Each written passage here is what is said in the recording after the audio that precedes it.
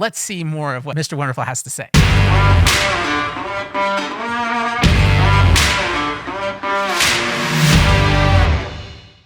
Today, in the announcement of the expansion of the number of users in the Wonderfly platform with Coinberry, that's very important because it puts us in a premier position in Canada for customer acquisition, customer service, features, and all of the things we can do well as we do it on a compliant basis. And so the way I look at it is you can play two different ways.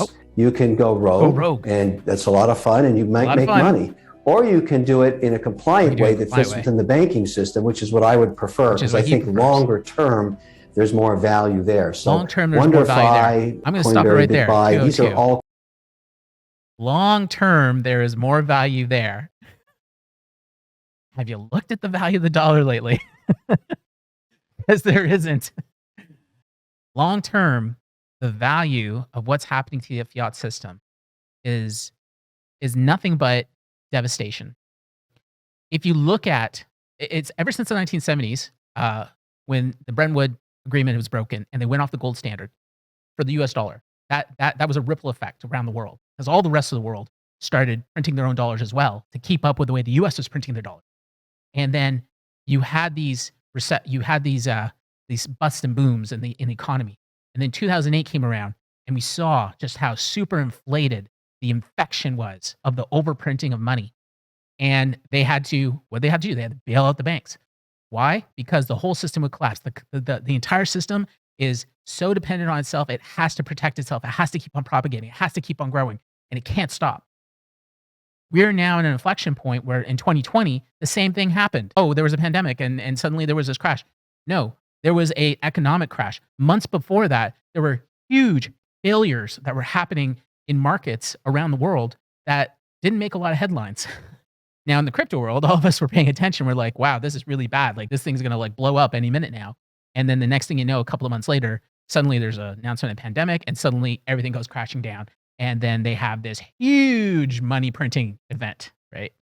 Where like 80% of all the currency is printed inside of a year, right? This is endemic to its failure. And it's happening right now again. Like as we're speaking, we're witnessing the same kind of economic failure that's taking place because of this need for the system to continually grow from fiat. And every time it's going to go through these cycles, it's going to get worse. And it will happen faster because of technology. It's just going to happen faster. And what he's talking about now in terms of the regulated markets, and he says you can go rogue. It's go rogue. Okay, go rogue. It's fun. He's right about that. Or you can go with the regulated markets because there's more value. Understand who he is. He's Mr. Wonderful. He's speaking to investors. He's an investor. He's talking about the money markets. He's representative of the old system.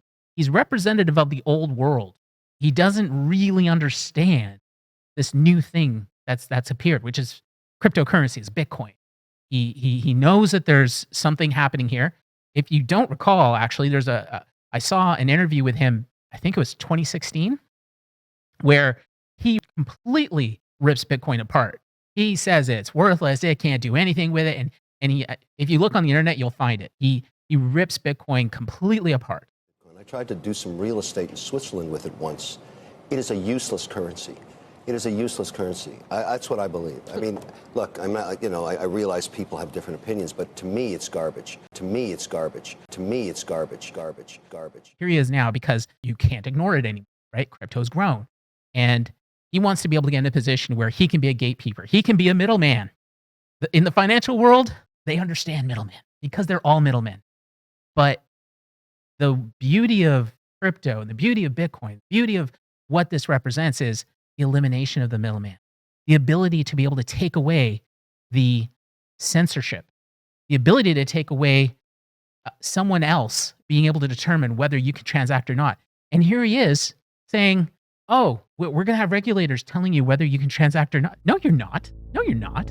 That isn't the way it goes. This isn't why people are interested in what's happening. We want to take away people like you because you have no business in our business.